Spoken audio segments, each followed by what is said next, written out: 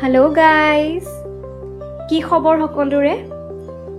আজি আমি আহিছোঁ বাৰ্বিকিউ নেশ্যন আৰু আহিয়েই আমাৰ আজিৰ কাৰ্যক্ৰম আৰম্ভ হৈ গ'ল। এয়া আহিলে আমাৰ ষ্টাৰ্টাৰ্ছ, এয়া পানী পুৰি, তন্দুৰী চিকেন, কি যে টেষ্টি! ৱাও, ইমান ভাল লাগিল খাই। ষ্টাৰ্টাৰ্ছ খাই খাই ভাগৰে লাগিল নহয়, এতিয়া অলপ খোজকাঢ়ি লৈছোঁ যাতে পেটটো খালী হৈ যাওক নেক্সট ৰাউণ্ডলৈ। এয়া আমাৰ নেক্সট ৰাউণ্ড আৰম্ভ।